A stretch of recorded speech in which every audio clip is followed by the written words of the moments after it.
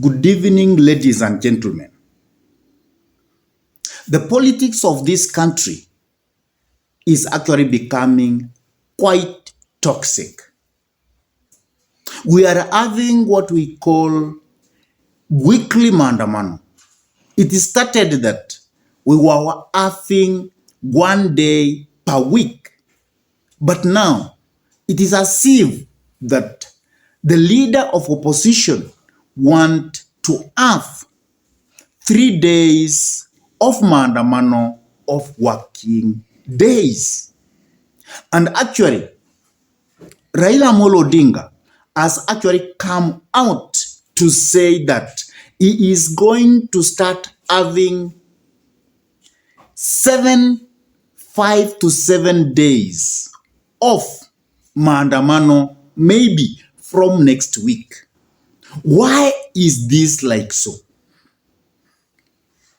Why do you think Raila Amolo Odinga is actually coming out strongly to have maandamano in daily starting from next week? Why do you think are we putting a very strong effort to have maandamano? And this maandamano is actually causing a lot of havoc to this nation. It is actually making the economy of this country to come to a standstill. The economy is coming down day in, day out. Why is Raila Amolo Odinga very keen on doing that? So that's actually the basis of our discussion today. But before we go very deep and discuss about it, I could request you kindly to take a minute or two and subscribe to this YouTube channel. Give this video thumbs up and share the video to all your friends. And if they are lovers of politics, then request them to subscribe to this YouTube channel. And whenever you subscribe, always remember to smash the bell button. Now let us go back to the discussion of the day. Raila Amolo Odinga has embarked that this week we are going to have 3 days of consecutive maandamano. What does Raila Amolo Odinga really want to achieve? Because we are destroying our economy. We are making very many people to go angry. At the same time, we are asking the government of William Samoei Ruto to bring down the cost of living. For me, this is the highest hypocrisy I have ever seen. Because I can say that William Samoei Ruto is actually doing all what it's possible to see that the cost of living is coming down gradually and in a sustainable manner. And that's why William Samoei Ruto went forward to have subsidy in fertilizer to enhance production. Why is Raila Amolo Odinga giving an eye to that? Why is Raila Amolo Odinga wants Raila Amolo Odinga to put subsidy in unga, which is actually a short-term mean, which actually cannot be sustained? Why should ODM or opposition be so sighted? They don't want to look at the future. They don't want to be progressive. Because I think it is high time that the opposition leader of Kenya, Raila Amolo Odinga, must be progressive. And he must be told that he needs to be progressive. William Samoei Ruto actually formed his government. And if you look the government that William Samoei Ruto formed is a government of Kenyans. The government that William Samoei Ruto was able to form, it has a representative across all regions in Kenya, from all tribes in Kenya. And that's why I see this government of William Samoei Ruto as a Kenyan government. Who is the general of the armed forces? He is from Nyanza. Who is the man reading ICT? Is from Nyanza. Who is the man reading education? Is from Nyanza. So from Nyanza we can say the government of William Samoei Ruto is being well represented. And if you look across the country, we can say that this is the only government since independence that you can find that each tribe is well represented in the government.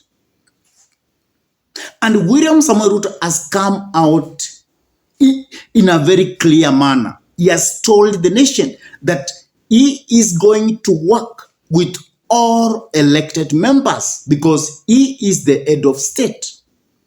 But people are not seeing that. What is the long objective of Raila Amolo Odinga to have maandamano? Does Raila Amolo Odinga really want the peace we need in this country? Because Raila Amolo Odinga wants to tell the government of William Samoei Ruto that it must bring down the high cost of living. But they have actually not seen how William Samoei Ruto is working hard to bring the cost of living down. And remember, Raila Amolo Odinga was the handshake partner of Uhuru Muigai Kenyatta.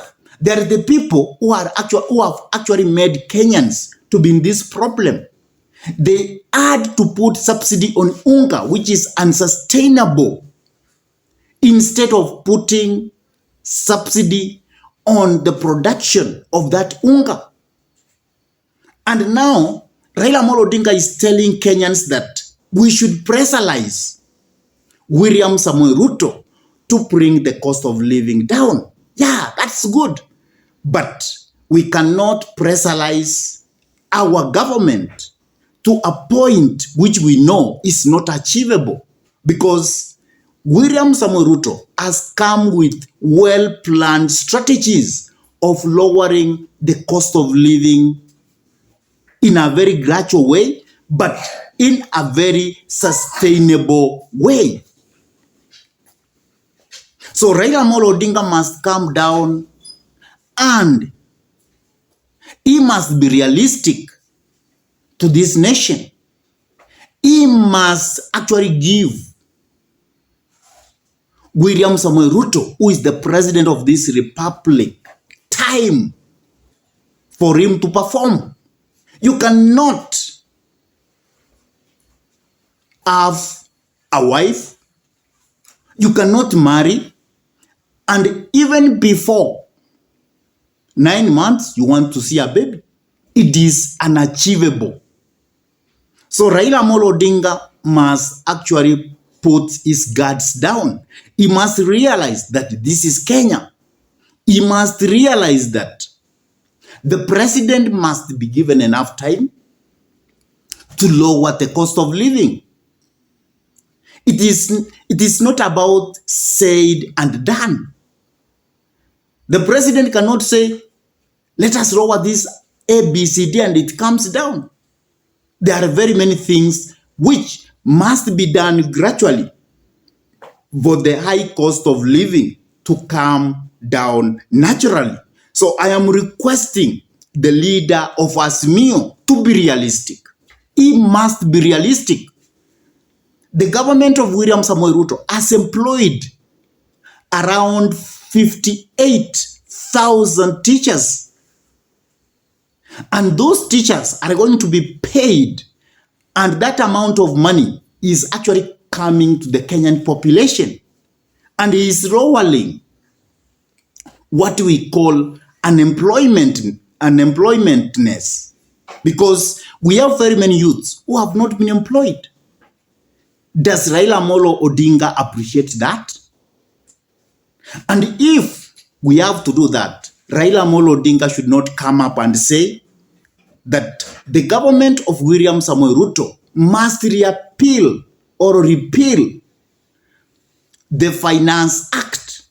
The government needs money for it to employ the youths so that they can earn a living. The government needs more money so that it can put subsidy on fertilizer and everything. So Raila Amolo Odinga, I'm telling you that it is time for you to be realistic to the Kenyans, because if you cannot be realistic to the Kenyans, that means you are on a journey of destroying Kenya. And we, the people of Kenya, we are not going to give you that opportunity. It is high time to be realistic to the nation, and then people will say thank you, and you can be called the really Baba, as many people know you. I don't know what's your take about all this, my fellow listeners. Do you think the journey Raila Amolo Odinga is having is going to make Kenya great, or it's going to bring this country down? Do you also believe that William Samoei Ruto should be given ample time for him to reform and make Kenya better? Please drop your comment in the message section below. And if this is your first time to bump into this YouTube channel, I request you kindly to take a minute or two and subscribe to this YouTube channel. Give this video thumbs up and share the video to all your friends. And with that, I say thank you. May God bless you abundantly. Goodbye.